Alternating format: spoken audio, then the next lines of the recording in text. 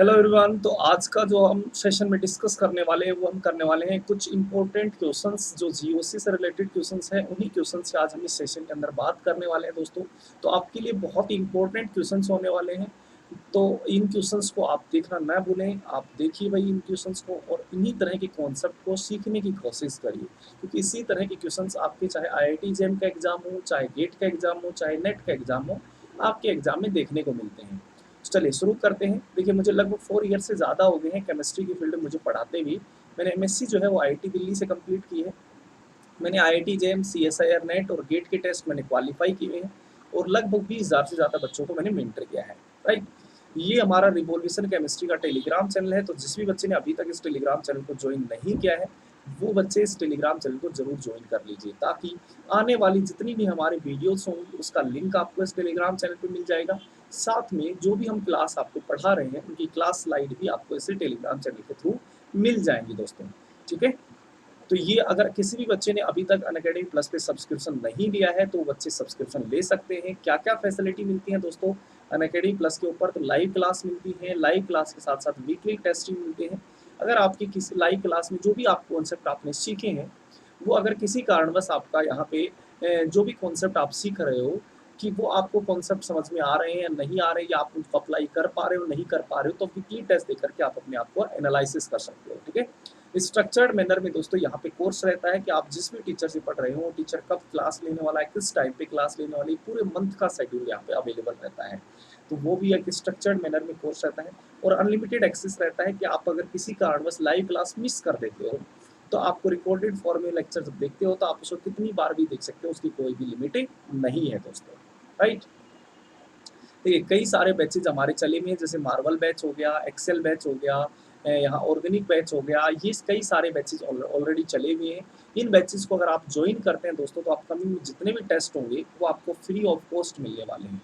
चाहे वो MCQ type question हो या एमएसक्यू टाइप क्वेश्चन हो या यूनिट बेस्ड टेस्ट हो या बीएससी 50-50 टेस्ट हो, ये सभी के सभी दोस्तों टेस्ट जो है वो आपको फ्री ऑफ कॉस्ट मिलने वाले हैं। कोई भी चार्ज यहाँ पे नहीं लगेगा, ये इन सब्सक्रिप्शन के साथ इंक्लूडेड ही रहेंगे। राइट, देखिए कैसे अनअकैडमी प्लस को ज्वाइन करना है।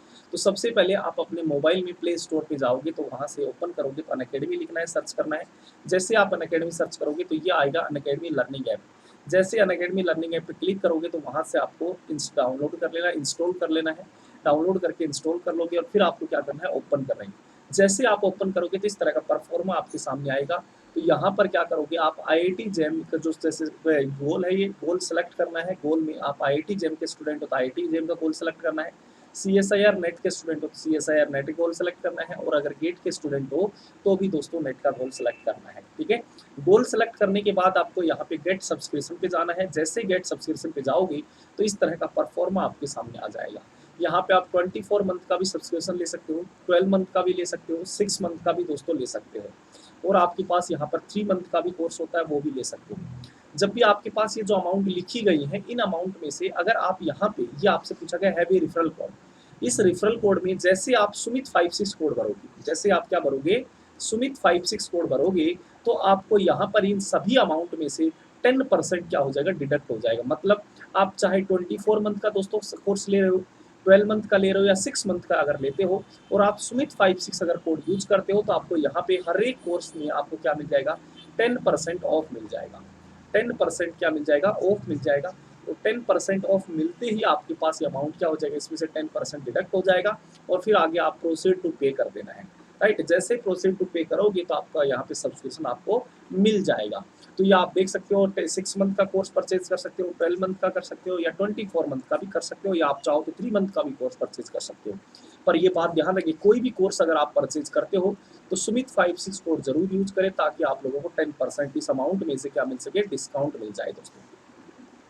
यहाँ से 10% डिस्काउंट मिल जाए। ठीक है, चलिए यहाँ पे देखिए ऑलरेडी हमारी स्पेशल क्लास होती है अनअकैडमी प्लस के ऊपर। 2 तरह की क्लासेज होती है, एक होती है स्पेशल क्लास होती है, ठीक है राइट, और एक जो होती है वो प्लस के ऊपर क्लास होती है। प्लस पे वही बच्चे क्लास ले पाते हैं जिन्होंने सब्सक्रिप्शन ले रखा है दोस्तों, और स्पेशल क्लास पे वो भी बच्चे क्लास ले सकते हैं जिन्होंने सब्सक्रिप्शन नहीं ले सकता है। मतलब ये जो स्पेशल क्लास होती है फ्री क्लासेज होती है। ये क्या होती है, फ्री क्लासेज होती है। तो इन फ्री क्लासेस का आप लाभ ले सकते हो। यहाँ पे हमें कौन कौन सा थ्योरी सेशन चले हुए हैं, केमिकल काइनेटिक्स चला हुआ है ऑलरेडी। यहाँ से chemical kinetics, right, chemical kinetics चला हुआ है यहाँ पे सेशन। दूसरा यहाँ पे दोस्तों एक केमिकल काइनेटिक्स सेशन चला हुआ है। दूसरा यहाँ पे सरफेस केमिस्ट्री कंप्लीट हो गया है, सरफेस केमिस्ट्री कंप्लीट हो गया है। और आपके पास बायो इनऑर्गेनिक, बायो इनऑर्गेनिक भी कंप्लीट हो गया है। और इनसे रिलेटेड क्वेश्चंस को भी मैंने क्या कर दिया है, प्रैक्टिस करवा दिया है। इससे रिलेटेड बहुत सारे क्वेश्चंस हैं, उनको मैंने प्रैक्टिस करवाया। तो ये टॉपिक अगर आप जिस भी बच्चे ने अभी तक नहीं पढ़े हैं दोस्तों, तो आप पढ़ सकते हो यहाँ पर जा करके। केमिकल काइनेटिक्स, सरफेस केमिस्ट्री और बायो इनऑर्गेनिक, ये तीनों टॉपिक यहाँ पे कवर करवा दिए। साथ में स्पेशल क्लास में जैसे रिएजेंट हो गए, राइट, रिएजेंट हो गए, आपके पास रिएजेंट हो गए, पेरीसाइक्लिक हो गया, पेरीसाइक्लिक हो गया, जीओसी हो गया, ठीक है, या आपके पास बहुत सारे सेशन हैं एनएमआर के, आईआर का हो गया, आईआर हो गया, एनएमआर हो गया, राइट, यूवी स्पेक्ट्रोस्कोपी हो गया, कार्बकेटाइन हो गया, फ्री रेडिकल हो गया। इस तरह के बहुत सारे सेशन क्वेश्चन प्रैक्टिस करवा रखे हैं। तो आप सभी बच्चे जाकर के यहाँ पर क्वेश्चन प्रैक्टिस भी कर सकते हो दोस्तों, राइट। तो ये स्पेशल क्लास में आपको फ्री ऑफ कॉस्ट मिलने वाला है। आप जाकर के कैसे ज्वाइन करना है, तो सबसे पहले आपको अनअकैडमी लर्निंग ऐप डाउनलोड करना पड़ेगा। फिर आपको गोल सेलेक्ट करना होगा। गोल में मेरे आप IIT जैम में भी है, बहुत सारे लेक्चर अवेलेबल हैं, और नेट के गोल में भी है। तो आप 1 बाय 1 दोनों गोल को सेलेक्ट करके वहाँ पर लेक्चर देख सकते हो, ठीक है। जैसे सरफेस केमिस्ट्री है वो जैम के गोल के अंदर है, एक लेक्चर नेट के गोल में है। बायो इनऑर्गेनिक दोनों में मिक्स है, केमिकल काइनेटिक्स नेट के गोल में है। तो आप सभी बच्चे जाकर के यहाँ गोल सेलेक्ट करके देख सकते हो, ठीक है। फिर आपको यहाँ पे जैसे आप वीडियो ओपन करोगे तो सुमित 56 कोड जरूर पूछेगा, यहाँ पे कोड पूछेगा। उस कोड में आपको क्या कर देना है दोस्तों, सुमित 56 कोड डाल देना है। जैसे आप सुमित 56 कोड डालोगे तो आपको मेरी जितनी भी वीडियो होंगी वो सारी की सारी दोस्तों क्या हो जाएंगी, ओपन हो जाएंगी, और आप इजीली उन वीडियोस को फिर देख सकते हैं, राइट। चलिए, सबसे पहला क्वेश्चन हम स्टार्ट कर रहे हैं दोस्तों यहाँ से। हमारे जीओसी के कॉन्सेप्ट, आज मैंने कहा था ये जीओसी के क्वेश्चन हम प्रैक्टिस करने वाले हैं। और ये जितने भी क्वेश्चन होंगे दोस्तों, ये आपके CSIR नेट और गेट के एग्जाम में पूछे गए थे। इन्हीं क्वेश्चन को अब हम 1 बाय 1 करके क्या करने वाले हैं, डिस्कस करने वाले हैं, राइट। तो यहाँ पे क्या पूछा है, the correct statement describing the relationship between, तो यहाँ से बताना है कि रिलेशन बताना है। तो यहाँ पे क्या कहा है, X and Y are resonating structure and Z is a tautomer. दोस्तों यहाँ पे रेजोनेटिंग स्ट्रक्चर क्या होती है, रेजोनेटिंग स्ट्रक्चर की बात करें तो हम कहते हैं जहां पर भी ओनली पाई बॉन्ड की ब्रेकिंग एंड फॉर्मिंग होती है तो वो आपस में रेजोनेटिंग स्ट्रक्चर है। अगर कोई भी दो मेरे पास स्ट्रक्चर है, उन दोनों में ओनली फोर क्या हो रहा है, पाई बॉन्ड की ब्रेकिंग और फॉर्मिंग होती है, तो ही वो आपस में क्या कहलाएंगे, रेजोनेटिंग स्ट्रक्चर कहलाएंगी। देखिए इन दोनों की अगर मैं बात करता हूँ तो यहाँ पे मेरे पास ये क्या करेगा, रेजोनेंस करेगा, और रेजोनेंस करेगा तो यहाँ पे ये स्ट्रक्चर बन जाएगी। तो यहाँ पे क्या हुआ, इस नाइट्रोजन और इस ऑक्सीजन के बीच में पाई बॉन्ड फॉर्म हुआ है, जबकि इस नाइट्रोजन और इस ऑक्सीजन के बीच में सिंगल बॉन्ड फॉर्म हुआ है, पाई बॉन्ड ब्रेक हुआ है। तो यहाँ पे ओनली फोर क्या हो रहा है, पाई बॉन्ड की ब्रेकिंग और फॉर्मिंग हो रही है। इसका मतलब एक्स एंड वाई तो क्या है, रेजोनेटिंग स्ट्रक्चर है, राइट। यहाँ पे जेड की बात करें तो जेड में क्या हुआ है, ये आपका हाइड्रोजन था, जैसे यहाँ पे R2 था, यहाँ पे कार्बन था, ये मेरे पास R था, यहाँ हाइड्रोजन है, यहाँ पर क्या है, नाइट्रोजन है, ये आपका N डबल बॉन्ड O, और ये आपका O माइनस, और यहाँ पॉजिटिव, राइट। तो ये हाइड्रोजन यहाँ से यहाँ जा रहा है, यहाँ से यहाँ जा रहा है, तो ये हाइड्रोजन में से सिग्मा बॉन्ड ब्रेक करके तो यहाँ पे गए हैं, तो यहाँ से सिग्मा बॉन्ड की ब्रेकिंग और फॉर्मिंग हुई है। इसका मतलब यहाँ पे ये आपस में रेजोनेटिव स्ट्रक्चर नहीं है, तो ये क्या कहलाएंगे, यहाँ टोटोमराइजेशन कहलाएंगी। तो यहाँ पे Z जो है वो तो टोटोमराइजेशन हो रहा है, जबकि X एंड Y क्या है, आपके पास आइसोमर, यहाँ पे रेजोनेटिव स्ट्रक्चर है। तो हम क्या कहेंगे, फर्स्ट ऑप्शन ही हमारा क्या हो जाएगा, ठीक हो जाएगा, X and Y are resonative structure and Z is tautomer, right. तो ये आपके ऑप्शन यहाँ देखिए, X and Y are tautomer and Z is resonative structure, गलत बात है। X, Y and Z all are resonating structure, गलत बात है। X, Y, Z are all are tautomer, गलत बात है। ये आपका करेक्ट ऑप्शन हो जाएगा, राइट। सेकंड क्वेश्चन की बात करते हैं, यहाँ पर क्वेश्चन नंबर 2 की बात करो तो यहाँ पे क्या कहा है दोस्तों, यहाँ करेक्ट ऑर्डर ऑफ एसिडिटी पूछा गया है।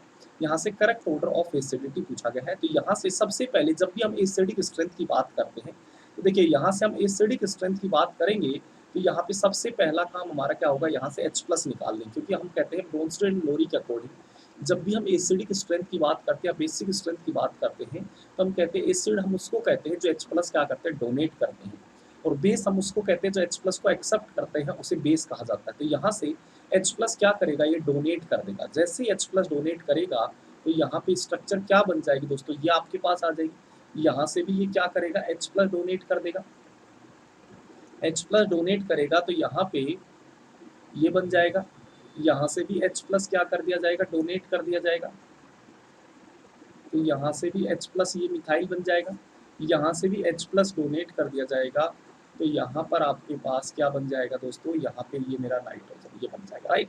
तो H प्लस निकलने के बाद अब क्या करते हैं दोस्तों, जैसे यहाँ से H प्लस निकल जाएगा, अब क्या करते हैं, यहाँ से हम हाइब्रिडाइजेशन चेक करेंगे। सबसे पहले यहाँ से अगर मैं बेसिक स्ट्रेंथ यहाँ से फाइंड आउट कर लेता हूँ, बेसिक स्ट्रेंथ अगर मेरे पास आ जाएगा तो मैं इसका जस्ट उल्टा करके यहाँ से क्या कर सकता हूँ दोस्तों, एसिडिक स्ट्रेंथ भी क्या कर सकता हूँ, फाइंड आउट कर सकता हूँ। तो यहाँ से क्या पूछा गया था, एसिडिक स्ट्रेंथ के बारे में पूछा गया है।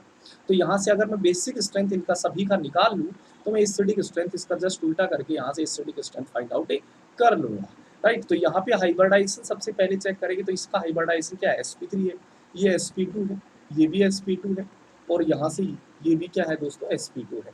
और हम जानते हैं कि नाइट्रोजन sp3 की बेसिक स्ट्रेंथ ज़्यादा होती है as compare to sp2 and as compare to sp। क्यों होती है, क्योंकि यहाँ नाइट्रोजन sp3 लेस इलेक्ट्रोनेगेटिव होता है, तो इसकी लॉन्ग पेयर डोनेशन टेंडेंसी दोस्तों ज़्यादा होती है।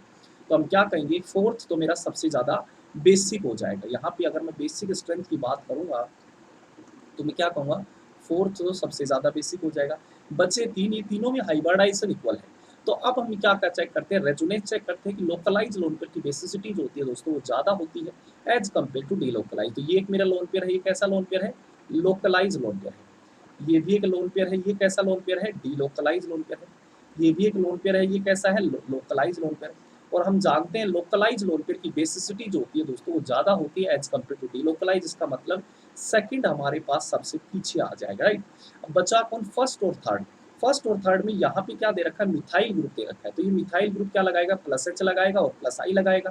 तो इसकी वजह से इस रिंग में इलेक्ट्रॉन डेंसिटी बढ़ जाएगी, तो इस नाइट्रोजन पे भी इलेक्ट्रॉन डेंसिटी बढ़ जाएगी। और अगर नाइट्रोजन पे अवेलेबिलिटी ऑफ लोन पेयर ज़्यादा हो जाएगा तो हम कहेंगे बेसिक स्ट्रेंथ ज़्यादा हो जाएगी, क्योंकि H प्लस को यहाँ पे इजीली क्या कर सकता है, एक्सेप्ट कर सकता है। तो मैं क्या कहूँगा, इस प्लस H की वजह से यहाँ पे इस नाइट्रोजन की बेसिक स्ट्रेंथ थर्ड वाले की ज़्यादा होगी और फर्स्ट वाले की क्या हो जाएगी, कम हो जाएगी। तो ये मेरा किसका ऑर्डर आ गया, बेसिक स्ट्रेंथ का आ गया। पर पूछा क्या है दोस्तों, हमें यहाँ एसिडिक स्ट्रेंथ के बारे में पूछा गया है, तो हम यहाँ से एसिडिक स्ट्रेंथ जो होगी वो फाइंड आउट कर देंगे।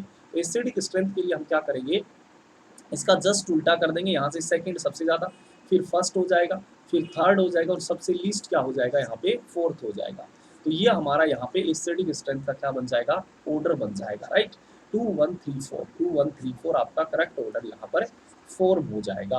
तो यहाँ देख लीजिए 2 1 3 4 कौन है, 2 1 3 4, तो आपका करेक्ट आंसर क्या हो गया, बी जो होगा वो आपका करेक्ट आंसर बन जाएगा दोस्तों, राइट। तो ये क्वेश्चन था आपका यहाँ एसिडिक स्ट्रेंथ। इस तरह के क्वेश्चन बार बार नेट, गेट और जेम में पूछे जाते हैं, तो आप इन सभी तरह के क्वेश्चन के लिए तैयार रहना है दोस्तों, ठीक है। यहाँ पर नेक्स्ट क्वेश्चन की बात करते हैं, तो इसमें क्या पूछा गया है, which of the following are aromatic. तो यहाँ पर पूछा गया है कौन सा कंपाउंड एरोमेटिक है। देखिए यहाँ पे क्या आ गया है, आपके पास sp3 कार्बन आ गया, और sp3 कार्बन है तो इसका मतलब ये नॉन एरोमेटिक है। यहाँ पे देखिए 2 4 6 पाई इलेक्ट्रॉन है इसमें, इसमें क्या है 6 पाई इलेक्ट्रॉन, तो ये तो एरोमेटिक बन गया। यहाँ पे बात करें तो 2 4 6 8, यहाँ से ये भी क्या है, नॉन एरोमेटिक होता है, क्योंकि इसका यहाँ प्लेनर नहीं रहता है। ये कुछ इस तरह की यहाँ पे दोस्तों इसकी स्ट्रक्चर होती है। तो यहाँ पे क्या बन जाएगा, नेगेटिव चार्ज, तो 2 4 6 और ये मेरे पास नेगेटिव चार्ज, तो ये एक कार्बन यहाँ आउट ऑफ द प्लेन होने की वजह से ये क्या हो जाता है, नॉन प्लेनर हो जाता है। नॉन प्लेनर होने की वजह से नॉन एरोमेटिक हो जाएगा, राइट। अब यहाँ 2 4 6 ये 6 पाई इलेक्ट्रॉन होते हैं यहाँ पे, और 6 पाई इलेक्ट्रॉन होंगे तो ये सिस्टम क्या बन जाएगा, यहाँ से एरोमेटिक कंपाउंड बन जाएगा। ये सिस्टम यहाँ पे क्या बन जाएगा, आपका एरोमेटिक कंपाउंड हो जाएगा। तो यहाँ पे हम क्या कहेंगे, Q और S जो है वो हमारे पास क्या है, एरोमेटिक कंपाउंड होंगे। Q and S are aromatic compound, तो आपका D जो होगा वो आपका करेक्ट आंसर हो जाएगा, राइट। चलिए नेक्स्ट क्वेश्चन की बात करते हैं, ये गेट के एग्जाम में भी पूछा गया था, ठीक है। तो सारे के सारे जितने भी मैं क्वेश्चन आज डिस्कस करने वाला हूँ वो CSIR नेट और गेट के एग्जाम में GOC से रिलेटेड क्वेश्चन पूछे गए थे। अगर किसी भी बच्चे को दोस्तों अगर कोई भी प्रॉब्लम आती है तो आप कमेंट बॉक्स के अंदर कमेंट कर देना है, मैं कोशिश करूँगा हर एक बच्चे की जो भी प्रॉब्लम है उन प्रॉब्लम्स को सॉल्व करने की, ठीक है। तो यहाँ पे क्या पूछा गया है, यहाँ पे पूछा गया है दोस्तों, the value of n for the following molecule according to Huckel rule. Huckel rule के अकॉर्डिंग यहाँ पे n की वैल्यू बताइए। तो यहाँ पे देखिए हक्कल के अकॉर्डिंग ये जो मेरा पाई बॉन्ड होता है ये क्या होता है, रेस्ट्रिक्टेड पाई बॉन्ड होता है, मतलब ये रेजोनेंस में पार्टिसिपेट नहीं करता है। ये लोकलाइज आपके पास पाई बॉन्ड है, ये आपका रेजोनेंस में पार्टिसिपेट नहीं कर रहा है, रेजोनेंस नहीं कर रहा है। तो यहाँ पे पाई इलेक्ट्रॉन कितने हो जाएंगे अकॉर्डिंग टू हक्कन, तो हम कहेंगे 2 4 6 8 10 12 14। तो इस सिस्टम के अंदर 14 पाई इलेक्ट्रॉन आ जाएंगे, और 14 पाई इलेक्ट्रॉन होंगे तो यहाँ पे हम क्या करेंगे 4n + 2 रूल को फॉलो कर देंगे, इक्वल्स टू में क्या आ जाएगा 14 आ जाएगा। तो यहाँ पे क्या हो जाएगा 4n इक्वल्स टू में 14 माइनस में 2, तो यहाँ पे क्या हो जाएगा दोस्तों 4n इक्वल्स टू में 12, तो यहाँ से n इक्वल्स टू क्या आ जाएगा 12/4 इक्वल्स टू में 3। तो यहाँ से n इक्वल्स टू कितना आ गई, यहाँ पे वैल्यू 3 आ गई। तो यहाँ से C जो होगा दोस्तों वो आपका करेक्ट आंसर हो जाएगा, C जो होगा वो आपका क्या बन जाएगा, यहाँ से करेक्ट आंसर बन जाएगा, राइट।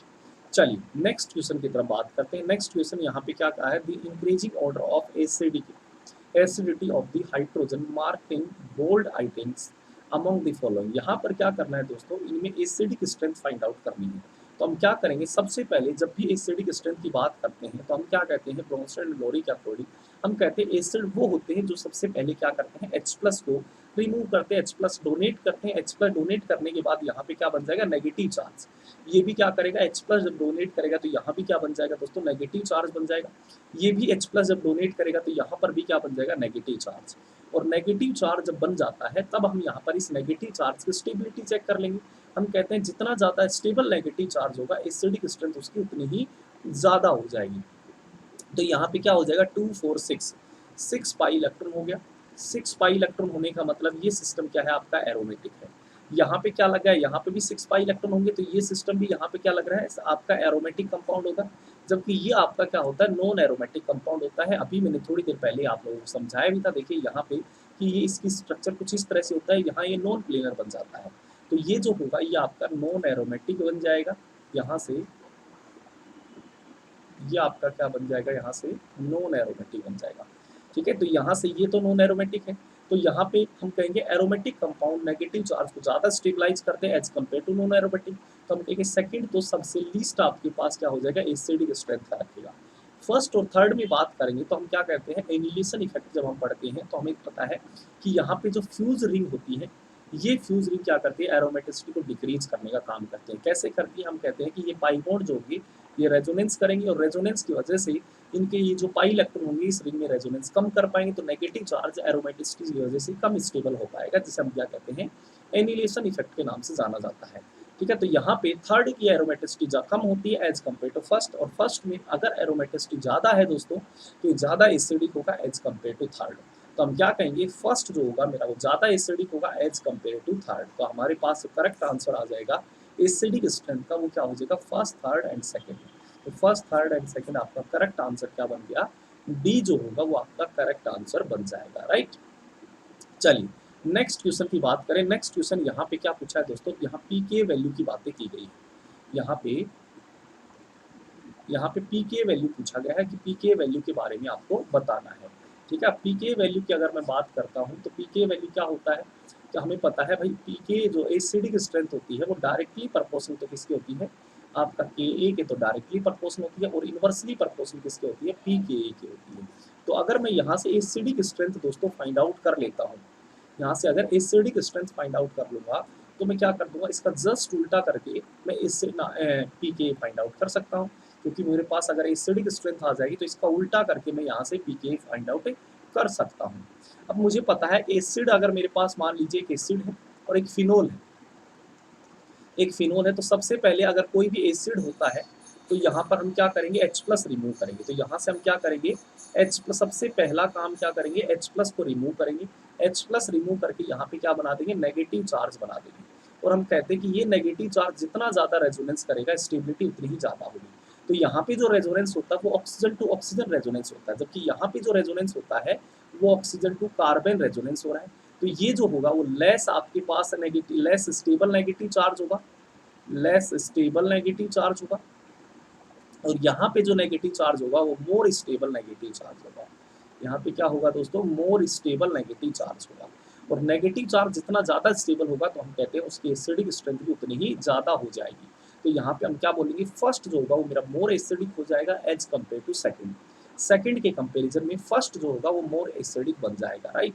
तो फर्स्ट के सेकंड के कंपेरिजन फर्स्ट, तो जितने भी मेरे पास एसिड होंगे उनमें ये फिनोल का क्या होगा कम होगा, जबकि एसिड का ज़्यादा होगा। अब यहाँ पे हम बात करेंगे बेंजोइक एसिड है जिसका NO2 लगा हुआ, और एक ही मेरे पास एसिटिक एसिड है। तो इनमें अगर बात करेंगे तो हम जानते हैं NO2 का क्या लगेगा, -m लगता है और -I लगेगा। तो यहाँ पे H+ निकलने के बाद जो नेगेटिव चार्ज बनेगा, वो नेगेटिव चार्ज के -m और -I क्या करेंगे, स्टेबलाइज करेंगे। तो स्टेबलाइज करेंगे तो इसकी एसिडिक स्ट्रेंथ क्या हो जाएगी, इंक्रीज हो जाएगी। तो मैं कहूँगा थर्ड की एसिडिक स्ट्रेंथ का ऑर्डर में थर्ड सबसे ज़्यादा होगा, फिर आपका फोर्थ आ जाएगा। तो ये आपका एसिडिक स्ट्रेंथ का यहाँ पे हम ऑर्डर क्या करें, फाइंड आउट कर रहे हैं। फर्स्ट और सेकंड की अगर बात करें तो हम कहते हैं ये लोन पेयर डोनेट करेंगे, यहाँ पे नेगेटिव चार्ज बन जाएगा, और ये लोन पेयर डोनेट करेंगे तो +m और यहाँ -I लगेगा। तो डोमिनेट क्या करता है यहाँ पे, +m जो होता है वो डोमिनेट करता है। और हम कहते हैं प्लस वाले जितने भी फैक्टर होंगे वो नेगेटिव चार्ज को क्या करेंगे, डिस्टेबलाइज करेंगे। तो हम इसकी एसिडिक स्ट्रेंथ क्या हो जाएगी, कम हो जाएगी, फर्स्ट भी ज़्यादा हो जाएगी। तो यहाँ पे हम क्या करेंगे, फर्स्ट मोर एसिडिक होगा एज कम्पेयर टू सेकेंड। तो ये आपका एसिडिक स्ट्रेंथ का ऑर्डर आया है, ठीक है, एसिडिक स्ट्रेंथ। आप पीके का इसका क्या करेंगे, पीके का ऑर्डर फाइंड आउट करना है। तो पीके क्या कर देंगे दोस्तों, इसका जस्ट उल्टा कर देंगे। तो यहाँ से एसिडिक स्ट्रेंथ क्या हो जाएगा, जस्ट इसका उल्टा कर देंगे, सेकेंड सबसे ज़्यादा, सॉरी यहाँ पीके का ऑर्डर हमें क्या करना है, फाइंड आउट करना है। तो पीके में यहाँ क्या कर देंगे, सेकेंड सबसे ज़्यादा, फिर फर्स्ट हो जाएगा, फिर आपका फोर्थ हो जाएगा, और सबसे लीस्ट क्या हो जाएगा, थर्ड हो जाएगा। तो second first fourth third, second first fourth third हो जाएगा, सेकंड फर्स्ट फोर्थ थर्ड आपके पास, ये आपका करेक्ट आपका ऑप्शन बन जाएगा। सेकंड जो होगा वो आपका दोस्तों क्या हो जाएगा, करेक्ट आंसर हो जाएगा, राइट। तो ये आपका आंसर बन जाएगा। चलिए नेक्स्ट क्वेश्चन की तरफ बढ़ते हैं, ठीक है।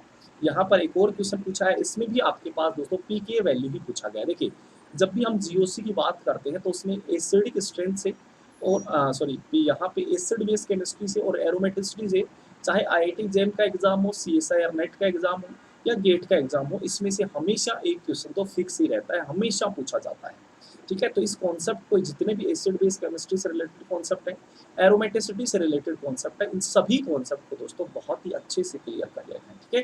तो यहाँ पर क्या कहा है, the correct order of pK value for the conjugate acid of heterocyclic compound given below is. यहाँ पर देखिए आपसे क्या कहा है, पीके वैल्यू। अगर मैं यहाँ इन सभी की बेसिक स्ट्रेंथ दोस्तों फाइंड आउट कर लेता हूँ, और तो बेसिक स्ट्रेंथ क्या करूँगा, फिर उसका उल्टा करूँगा तो मेरे पास एसिडिक स्ट्रेंथ आ जाएगी, और एसिडिक स्ट्रेंथ को अगर उल्टा करूँगा तो मेरे पास क्या आ जाएगा, पीके वैल्यू।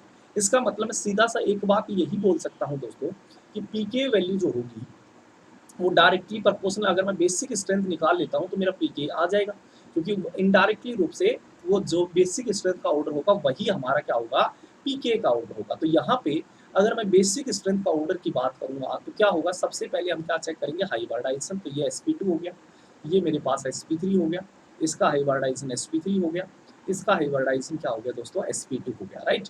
तो यहाँ पे हम जानते हैं नाइट्रोजन sp3 की बेसिक स्ट्रेंथ ज़्यादा होती है as compare to nitrogen sp2। क्यों होती है, क्योंकि नाइट्रोजन sp3 की डोनेशन टेंडेंसी क्या होती है दोस्तों, ज़्यादा होती है, लोन पेयर डोनेशन टेंडेंसी ज़्यादा होगी। तो हम क्या कहेंगे, सेकंड और थर्ड की बेसिक स्ट्रेंथ ज़्यादा होगी as compare to first and fourth. अब सेकंड और थर्ड में भी किसकी ज़्यादा होगी, तो हम जानते हैं कि रिंग साइज जो होता है, रिंग साइज इनवर्सली प्रोपोर्शनल किसके होता है, या तो हम कहें इलेक्ट्रोनेगेटिविटी की या परसेंटेज कैरेक्टर की। यहाँ से इलेक्ट्रोनेगेटिविटी के क्या होता है, इनवर्सली होता है। और हम यहाँ पे H+ निकालेंगे तो यहाँ पे क्या बन जाएगा, ये मेरे पास लोन पेयर होगा, तो ये लोन पेयर होगा तो ये किसकी तरफ, बाहर की तरफ आपका लोन पेयर है। तो यहाँ पे हम कहेंगे रिंग साइज के इनवर्सली प्रोपोर्शनल होता है इलेक्ट्रोनेगेटिविटी, जो बाहर का इलेक्ट्रोन लोन पेयर होगा उसका परसेंटेज कैरेक्टर, या मैं कह सकता हूँ परसेंटेज कैरेक्टर इनवर्सली होता है, क्योंकि परसेंटेज कैरेक्टर और इलेक्ट्रोनेगेटिविटी एक दूसरे के क्या होते हैं, डायरेक्टली प्रोपोर्शनल होते हैं।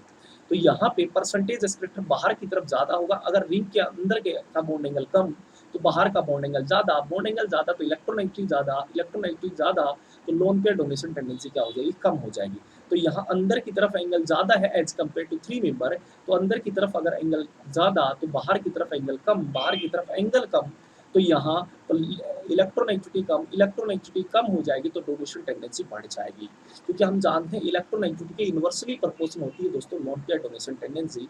इसीलिए मैं क्या कहूँगा, बेसिक स्ट्रेंथ का अगर मुझे ऑर्डर फाइंड आउट करना है तो मैं क्या कहूँगा, थर्ड की बेसिक स्ट्रेंथ सबसे ज़्यादा होगी, फिर मैं क्या कहूँगा सेकेंड की हो जाएगी, फिर उसके बाद फर्स्ट एंड फोर्थ की अगर मैं बात करता हूँ तो यहाँ पे हम जब मेरे पास हाइब्रिडाइजेशन इक्वल हो जाता है तो हम क्या चेक करते हैं, यहाँ पे लोन पेयर चेक करते हैं कि लोन पेयर लोकलाइज है या डी लोकलाइज। तो ये लोन पेयर कैसा है, लोकलाइज है, और ये लोन पेयर कैसा है, डी लोकलाइज है। अगर किसी भी बच्चे ने जीओसी के लेक्चर नहीं देखे हैं तो जाकर के रिवोल्यूशन केमिस्ट्री पे जाकर के प्लेलिस्ट में ऑलरेडी अवेलेबल है जीओसी के लेक्चर, तो जाकर के आप सभी बच्चे देख लीजिए जिन्होंने भी जीओसी नहीं पढ़ी है तो, ठीक है।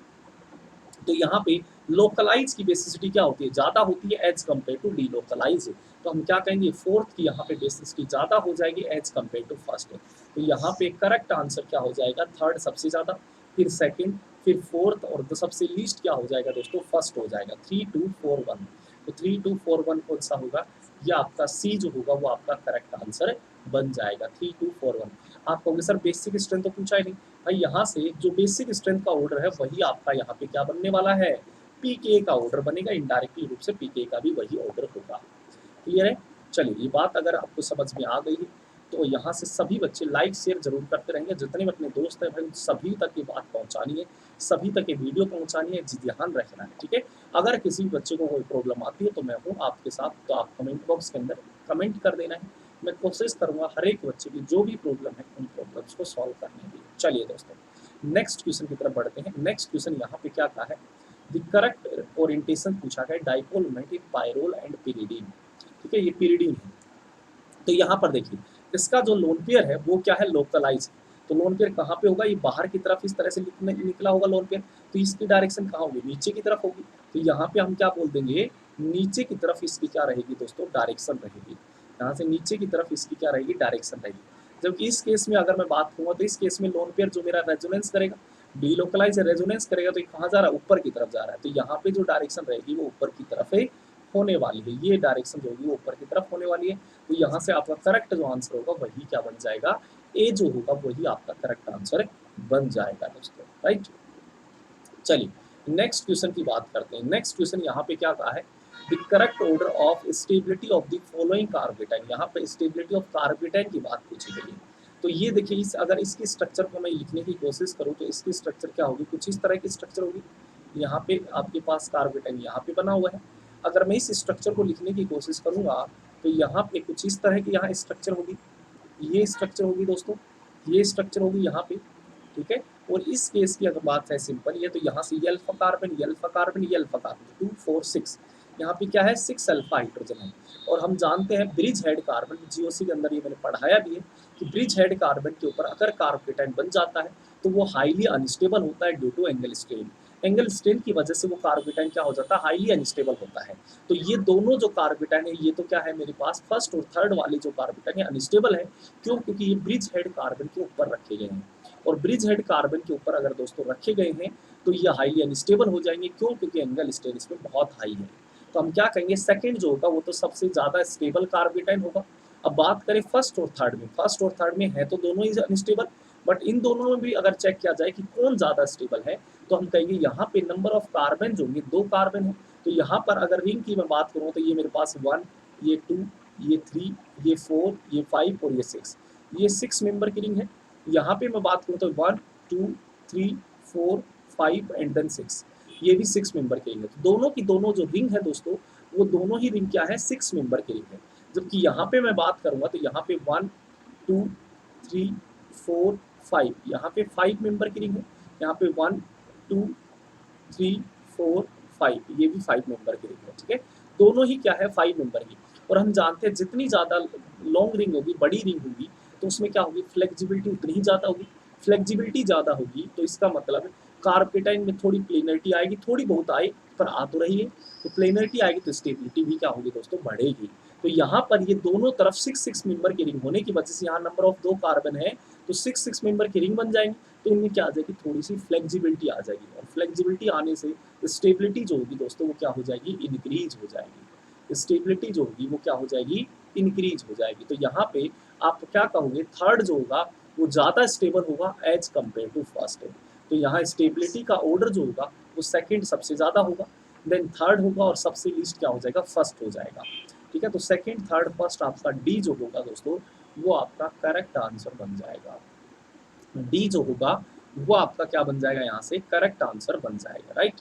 किसी भी बच्चे को अगर कोई प्रॉब्लम है तो पूछ लेंगे भाई, ठीक है। कमेंट बॉक्स के अंदर कमेंट कर देना है ताकि आप सभी बच्चों की जो भी प्रॉब्लम है उन प्रॉब्लम्स को मैं सॉल्व कर सकूँ, ठीक है। चलिए नेक्स्ट क्वेश्चन की तरफ बढ़ते हैं। नेक्स्ट क्वेश्चन यहाँ पे आपके स्क्रीन के सामने आ गया है। यहाँ पे क्या कहा है, कंपाउंड दे रखे हैं और इसमें से पूछा गया है एरोमेटिक स्पीच कौन सी होगी। तो यहाँ पे अगर एरोमेटिक स्पीच की बात करूँ तो यहाँ पे क्या है, इस रिंग में क्या है 2 पाई इलेक्ट्रॉन है, और 2 पाई इलेक्ट्रॉन है तो ये क्या होगा, एरोमेटिक रिंग होगी। यहाँ से अगर बात करूँ तो ये 4 पाई इलेक्ट्रॉन है, तो ये आपका एंटी एरोमेटिक की तरफ भागेगा, तो एरोमेटिक नहीं है। यहाँ पे आपका ये क्या आ गया है दोस्तों, sp3 कार्बन एटम आ गया, और sp3 आ गया है, तो ये आपका नॉन एरोमेटिक है, इसका मतलब ये भी आपका एरोमेटिक कंपाउंड नहीं है। ठीक है, इसकी बात करें तो यहाँ पे 2, 4, 6, 8, 10, 12 है, 14। तो यहाँ इस केस में यहाँ पे 14 पाई इलेक्ट्रॉन है, 14 पाई इलेक्ट्रॉन है, तो ये 4n + 2 को क्या कर रहा होगा, फॉलो कर रहा है, तो ये क्या हो जाएगा, एरोमेटिक कंपाउंड हो जाएगा, राइट।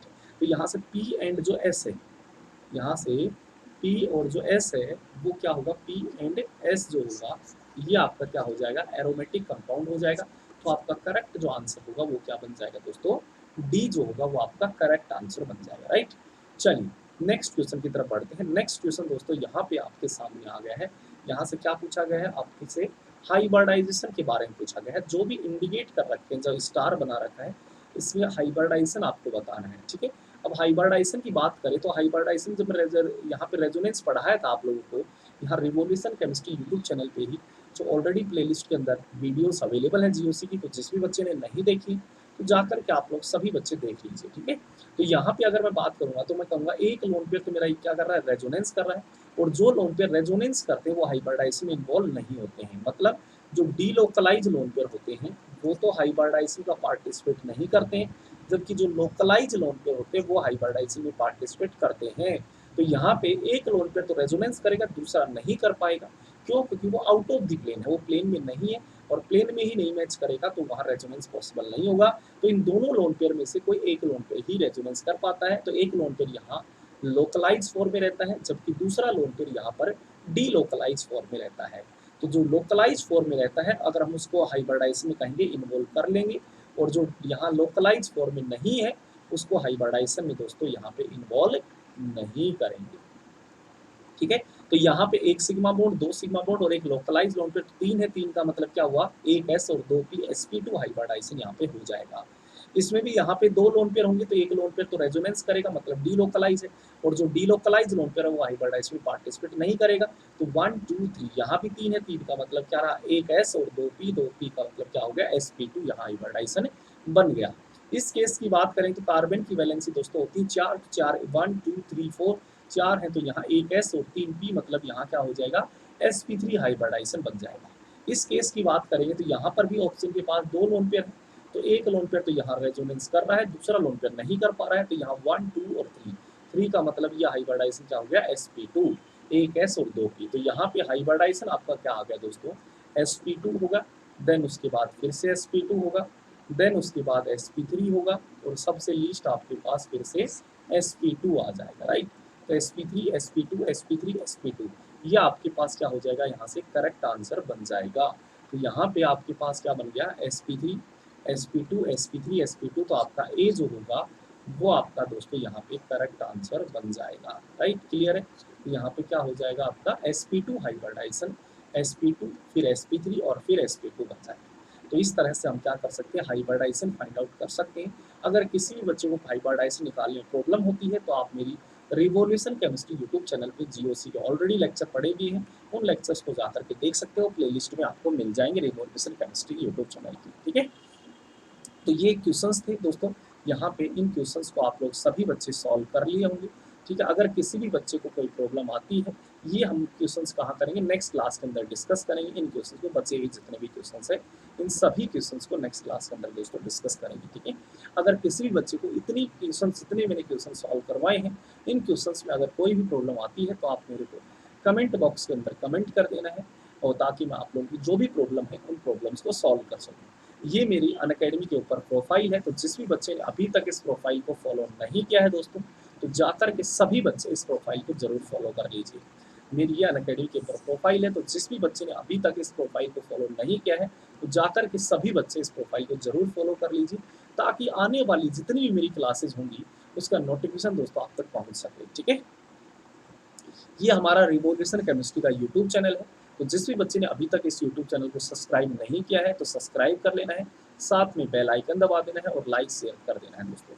तो ये चीज़ें आपको ध्यान रखनी है, जिसने भी सब्सक्राइब नहीं किया तो सब्सक्राइब कर लेना है, बेल आइकन दबा देना और लाइक शेयर कर देना है।